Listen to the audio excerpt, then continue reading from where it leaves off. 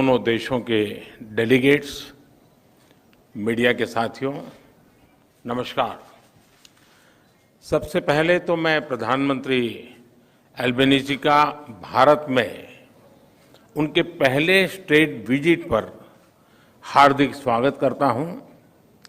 पिछले साल दोनों देशों ने प्रधानमंत्रियों के स्तर पर वार्षिक समिट करने का निर्णय लिया था और प्रधानमंत्री अल्बेनीज़ी की इस यात्रा से इस श्रृंखला का शुभारंभ हो रहा है। भारत में उनका आगमन होली के दिन हुआ। प्रधानमंत्रियों के स्तर पर वार्षिक समिट करने का निर्णय लिया था और प्रधानमंत्री अल्बेनीज़ी की इस यात्रा से इस श्रृंखला का शुभारंभ हो रहा है। भारत में उनका आगमन होली के दिन हुआ और उसके बाद हमने मिलकर क्रिकेट के मैदान में कुछ समय बिताया। कलर्स, कल्चर और क्रिकेट का यह सेलिब्रेशन एक प्रकार से भारत और ऑस्ट्रेलिया की मित्रता के जोश और उल्लास का उत्तम प्रतीक है। फ्रेंड्स, आज हमने आपसी सहयोग के विभिन्न पहलुओं पर विस्तार से चर्चा की। सुरक्षा सहयोग हमारी कॉम्प्रिहेंसिव स्ट्रेटेजिक पार्टनरशिप का एक महत्वपूर्ण स्तंभ है। आज हमारे बीच इंडो पैसिफिक क्षेत्र में मैरीटाइम सिक्योरिटी और आपसी रक्षा और सुरक्षा सहयोग बढ़ाने पर विस्तार से चर्चा हुई। रक्षा के क्षेत्र में हमने पिछले कुछ सालों में उल्लेखनीय एग्रीमेंट्स किए हैं, जिनमें एक दूसरे की सेनाओं के लिए लॉजिस्टिक सपोर्ट भी शामिल है। हमारी सुरक्षा एजेंसीज के बीच भी नियमित और उपयोगी सूचना का आदान प्रदान है और हमने इसे और सुदृढ़ करने पर चर्चा की। हमारे युवा सैनिकों के बीच संपर्क और मित्रता बढ़ाने के लिए हमने general Rawat officers exchange programme की स्थापना की है, जो इसी महीने आरंभ हुआ है। फ्रेंड्स, आज हमने विश्वस्त और मजबूत वैश्विक सप्लाई चेन्स के विकसित करने के लिए आपसी सहयोग पर विचार विमर्श किया। रिन्यूएबल एनर्जी दोनों देशों के लिए प्राथमिकता और फोकस का क्षेत्र है और हम क्लीन हाइड्रोजन और सोलर में साथ मिलकर काम कर रहे हैं। पिछले साल लागू हुए ट्रेड एग्रीमेंट एकता से दोनों देशों के बीच ट्रेड और इन्वेस्टमेंट के बेहतर अवसर खुले हैं और हमारी टीमें कॉम्प्रिहेंसिव इकोनॉमिक कोऑपरेशन एग्रीमेंट पर भी काम कर रही है।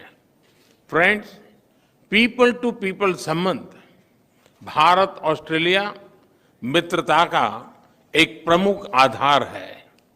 हमने एजुकेशनल क्वालिफिकेशंस की परस्पर मान्यता के लिए एक मैकेनिज्म पर हस्ताक्षर किए हैं, जो हमारे छात्र समुदाय के लिए उपयोगी होंगे।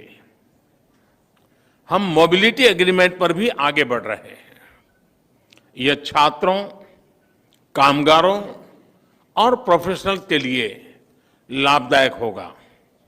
भारतीय प्रवासी अब ऑस्ट्रेलिया में दूसरा सबसे बड़ा इमिग्रेंट समुदाय है।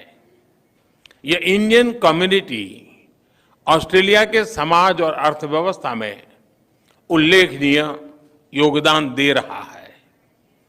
यह खेद का विषय है कि पिछले कुछ सप्ताहों से ऑस्ट्रेलिया में मंदिरों पर हमलों की खबरें नियमित रूप से आ रही है। स्वाभाविक है कि ऐसे समाचार भारत में सभी लोगों को चिंतित करते हैं, हमारे मन को व्यथित करते हैं। हमारी इन भावनाओं और चिंताओं को मैंने प्रधानमंत्री एल्बेनीजी के समक्ष रखा और उन्होंने मुझे आश्वस्त किया है कि भारतीय समुदाय की सेफ्टी उनके लिए विशेष प्राथमिकता है। इस विषय पर हमारी टीम्स नियमित संपर्क में रहेगी और यथासंभव सहयोग करेगी। फ्रेंड्स, प्रधानमंत्री एल्बेनीजी और मैं इस बात पर सहमत है कि हमारे द्विपक्षीय संबंध वैश्विक चुनौतियों से निपटने के लिए और वैश्विक कल्याण के लिए महत्वपूर्ण है। मैंने प्रधानमंत्री एल्बेनीजी को भारत की G20 अध्यक्षता की प्राथमिकताओं के बारे में बताया और ऑस्ट्रेलिया के सतत सहयोग के लिए उनका आभार भी व्यक्त किया। भारत और ऑस्ट्रेलिया दोनों क्वाड के सदस्य हैं और आज हमने इस प्लेटफॉर्म पर हमारे बीच सहयोग पर भी चर्चा की। इस वर्ष मई में क्वाड लीडर्स समिट के लिए मुझे आमंत्रित करने के लिए मैं प्रधानमंत्री एल्बेनीजी को धन्यवाद देता हूं। उसके बाद सितंबर में G20 समिट के दौरान प्रधानमंत्री एल्बेनीजी का फिर से स्वागत करने का मुझे अवसर मिलेगा और मुझे बहुत खुशी होगी। एक बार फिर प्रधानमंत्री एल्बेनीजी का भारत में हार्दिक स्वागत है। मुझे पूरा विश्वास है कि उनकी इस यात्रा से हमारे संबंधों को नई गति और मोमेंटम मिलेगा। धन्यवाद। Thank you, sir. May I now call upon Honorable Prime Minister of Australia to deliver his remarks. Well, thank you very much, and I was very pleased to meet Prime Minister Modi again after our meetings at the G20 and the East Asia Summit last year. And I look forward very much to hosting Prime Minister Modi in Australia for the Quad Leaders Summit in May, and then returning to India in September for the G20 Leaders Summit. The relationship with India is multifaceted. The frequent high-level contact between Australia and India has further strengthened cooperation across a range of areas, including trade and investment, climate and energy, defence and security, and between the people of our two countries. Today, Prime Minister Modi and I discussed the strength of our economic relationship, demonstrated by the entry into force of the landmark India-Australia Economic Cooperation and Trade Agreement last year. This has eliminated tariffs on more than 85% of Australian goods exported to India, benefiting Indian consumers and providing cheaper inputs for Indian industry. We also agreed on an early conclusion of our ambitious, comprehensive economic cooperation agreement as soon as possible, and I'm hopeful that we'll be able to finalise that this year.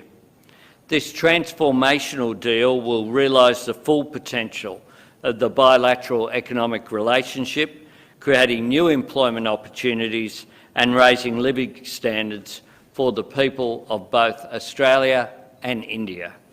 In recognition of a unique part of our bilateral economic relationship, we also discussed the potential presented by the India-Australia Audio-Visual Co-Production Agreement that has been exchanged here today. This agreement will support skilled jobs, creative exchange and the development